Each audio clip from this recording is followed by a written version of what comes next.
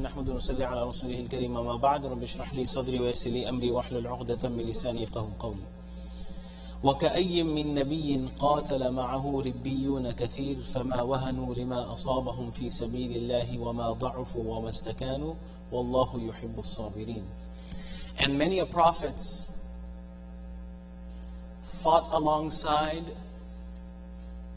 those of their followers of knowledge, Ribbiyun, the scholars. So many prophets fought alongside groups of their scholarly followers. فَمَا وَهَنُوا لِمَا أَصَابَهُمْ فِي سَبِيلِ اللَّهِ. They did not lose assurance or become shaky in face of any calamity that they faced in the path of Allah. وَمَا ضَعَفُوا وَمَا اسْتَكَانُوا. They did not show weakness and neither did they fold. وَاللَّهُ يُحِبُّ الصَّابِرِينَ. Indeed, and Allah subhanahu wa ta'ala loves those who exercise patience. This is closing the chapter of patience. As I shared with you before, the 3 stages of patience. This particular patience, the patient ones Allah is referring to, has to do with which category of sabr? Sabr on obedience of Allah, sabr in face of temptation, or sabr in the face of calamity. This ayah that I just recited, and they do not lose assurance in front of the calamity they faced in the path of Allah. So this is about those people who exercise patience when they are in front of calamity. It could also be the first rank as well, where these people are strong and steadfast in obeying Allah in spite of what befalls them. So that is sabr. Now this ayah is a reflection for the Prophet ﷺ and the Sahaba, that if they ever found themselves in a situation where the tables are turned, for example in the Battle of Uhud, for a moment the tables were turned, and the things and the statistics, it wasn't going in favor for the Muslims, for the Muslim side of the battle. So if you find yourself in that situation, being pushed against the ropes, just remember that there are many prophets who fought by their companions, and they'd never let anything allow them to lose reassurance or strength or fold. So this was an inspiration for the Prophet ﷺ and the Sahaba, and serves as an inspiration for us as well, that there is in our religion, under the concept and umbrella of struggle and jihad, we have a type of jihad called the jihad of wealth, which we fight with zakat and sadaqat, right? The jihad of our wealth, the strive and struggle in our wealth is to seek it in a halal manner and through zakat and sadaqat. The jihad of the nafs, the struggle and the strength that you need to butt heads with your nafs is right now being exercised through what? Fasting, right? This is to suppress the nafs, and also by pulling the reins on all of our other lusts and desires. This is the jihad of nafs. So there are different types of struggles and uphill climbs and battles that we will face as a Muslim. Whether it has to do with the obedience of Allah, staying away from sin, or whether it has to do with calamities and mishaps. There's always a type of jihad that's involved. And one category of jihad involves where you are in a literal battle, which is known as qital. When the Muslim ummah must defend itself from domestic or all foreign threat, the Muslim ummah goes through an uphill battle called qital, where they have to defend themselves. Or if they ever find themselves in a situation where they have to emancipate and liberate people from oppression, then there is an uphill battle called qital to eliminate oppression. In that situation, sabr, now that you have the setting, sabr in that situation must be exercised from before the beginning till after the end. Steadfastness and strength. This is why this ayah This ayah serves as an inspiration to not fold. And inna Allah yuhibbu sabirin. And the reward for that sabr and that strength and that steadfastness is Allah's rahmah and Allah's mercy. This is why when someone in the battlefield dies, the love of Allah manifests in such a way where you don't even do janazah for that person. That's how forgiven that person is. Do you understand the different rank of sabr? That requires the highest level of sabr, so you get the highest level of Allah's love, which is what? Don't even bother janazah for this person. He's already forgiven before his blood touched the ground. Which brings us to the next category. إِنَّ اللَّهَ يُحِبُّ الَّذِينَ يُقَاتِلُونَ فِي سَبِيلِهِ صَفًّا كَأَنَّهُمْ بُنْيَانٌ مَرْصُوص. إِنَّ اللَّهَ يُحِبُّ. This is our next ayah. That was my segue going into the next ayah. إِنَّ اللَّهَ يُحِبُّ. Indeed, Allah loves those يُقَاتِلُونَ فِي سَبِيلِهِ صَفًّا, who exercise qital in His path, صَفًّا, in lines, in ranks. You know how we're lined up right now? Organized in lines, in ranks, with a particular formation.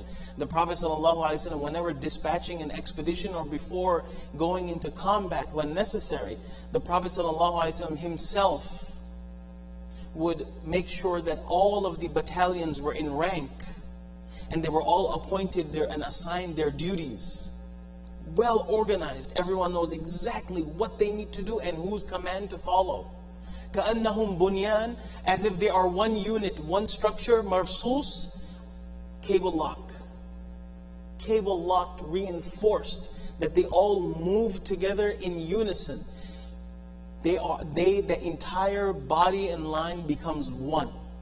This type of discipline and organization is the picture Allah is drawing of those people who He loves, who fight and do qital in His path. إِنَّ اللَّهَ يُحِبُّ الَّذِينَ يُقَاتِلُونَ فِي سَبِيلِهِ صَفًّا. Not anyone who does qital, but those who do qital in an organized fashion, working as one body and one unit. Now, how would this apply to our situation?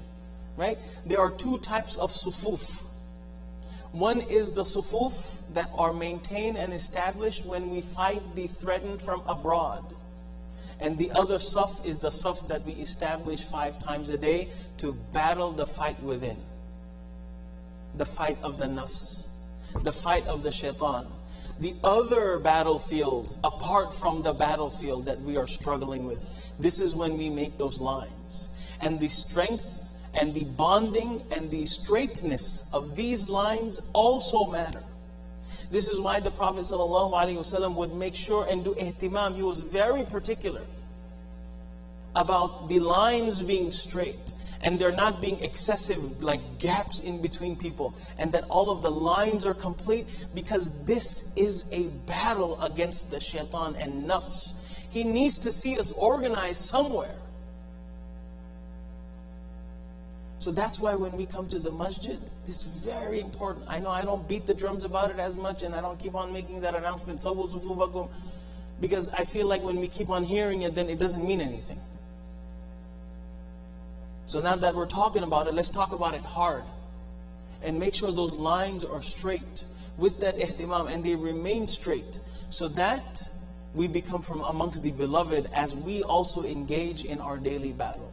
And for a saf, you need a jama'ah. Okay? It takes 2 to tango. Why dance alone? Jama'ah. Jama'ah. To pray together. Whether it's at the masjid, that's the top tier. Even if you get the secondary jama'ah, that's the second tier. Whether it's at work, hey, Assalamu alaikum. Brother, Assalamu alaikum. You Muslim? Assalamu alaikum. Yeah. Hey, let's pray.